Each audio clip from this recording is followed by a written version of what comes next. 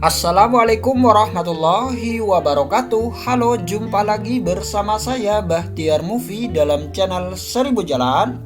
Baik Bapak Ibu, pada video kali ini admin akan memberikan update informasi terbaru, yaitu terkait jadwal terbaru Bapak Ibu, jadwal terbaru pemilihan formasi, dan juga ada informasi dari admin GTK Kemendikbudristek bagi pelamar yang belum bisa memilih lokasi formasi di portal sscsnbkn.go.id. Nah, jadi bagi Bapak Ibu, simak terus video ini, dan sebelum lanjut seperti biasa admin ingatkan kembali, jangan lupa tekan tombol subscribe-nya terlebih dahulu dan tekan tombol loncengnya agar nantinya Bapak Ibu selalu mendapatkan update informasi-informasi terbaru dari kami.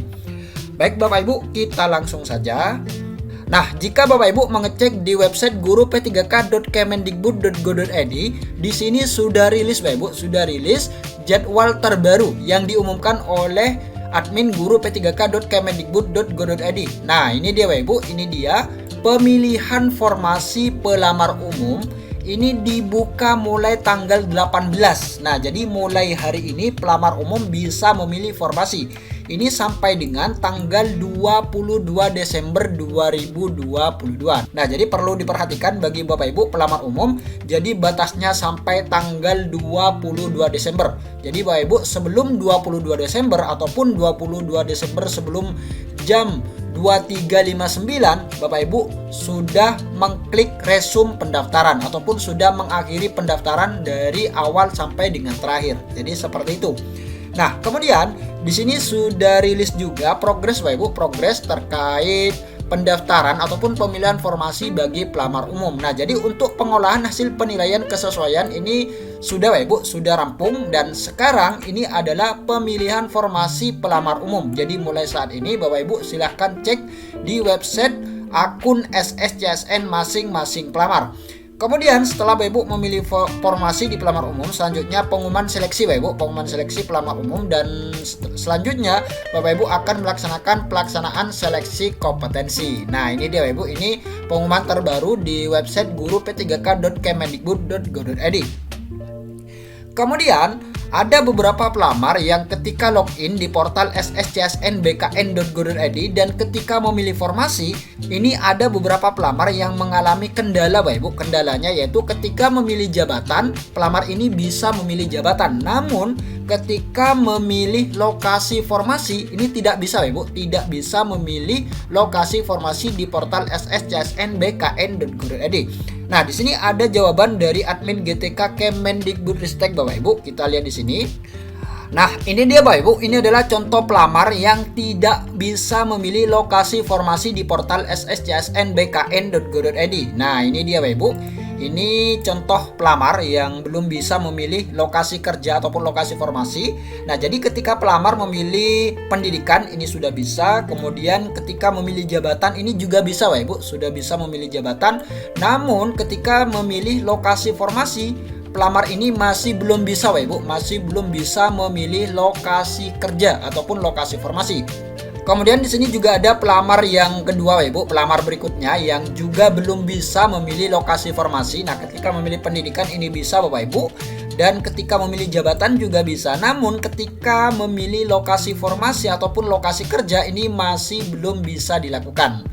Nah, jadi ini banyak sekali dialami oleh pelamar Ibu ketika memilih formasi ataupun login di portal sscsnbkn.go.id. Nah, di sini ada jawaban dari admin GTK Kemendikbudristek Bapak Ibu. Kita langsung saja cek. Nah, ini deh Bapak Ibu, ini adalah jawaban dari admin GTK Kemendikbudristek. Kita lihat di sini. Di sini ada salah satu pelamar yang bertanya Bapak Ibu melalui Instagram yaitu gtk.kemendikbudristek, yaitu pelamar umum bisa memilih formasi, tapi saat pilih lokasi formasi tidak bisa. Itu kenapa? Nah, kemudian dijawab Bapak Ibu, dijawab oleh admin GTK Kemendikbudristek. Selamat pagi, selamat datang di layanan Kemendikbud. Mohon maaf atas ketidaknyamanannya. Sesuai jadwal resmi pengumuman dan pemilihan formasi pelamar umum sudah rilis di website P3K Guru pada tanggal 18 sampai dengan 22 Desember 2022. Nah, jadi sama Bapak Ibu dengan di website guru p3k.kemendikbud.go.id, yaitu terakhir tanggal 22 Desember. Kemudian mohon untuk tetap menunggu. Nah, jadi bagi Bapak Ibu yang masih belum bisa memilih lokasi formasi, maka Bapak Ibu mohon tetap menunggu. Dan kami sarankan silahkan cek secara berkala pada akun SSCSN dan website resmi guru p3k.kemendikbud.go.id. Nah, jadi bagi Bapak Ibu jangan panik. Bapak Ibu sering-sering pantau saja akun SSCSN dan juga Bapak Ibu sering-sering pantau di website resmi yaitu guru p3k.kemendikbud.go.id. Kemudian, bagi pelamar umum, mekanisme dalam pelaksanaan tes CAT UNBK ini sudah diatur ataupun sudah ada di website guru p3k.kemendikbud.go.id Bapak Ibu. Nah, ini dia. Ini yang seleksi tes. Nah, jadi Bapak Ibu tinggal klik saja untuk informasi lebih jelasnya. Nah, kita lihat di sini Bapak Ibu, ini penjelasan. Nah, ini dia Bapak Ibu, ini mekanisme dalam seleksi tes bagi pelamar umum. Nah, jadi seleksi tes ini dilaksanakan apabila masih tersedia kuota formasi.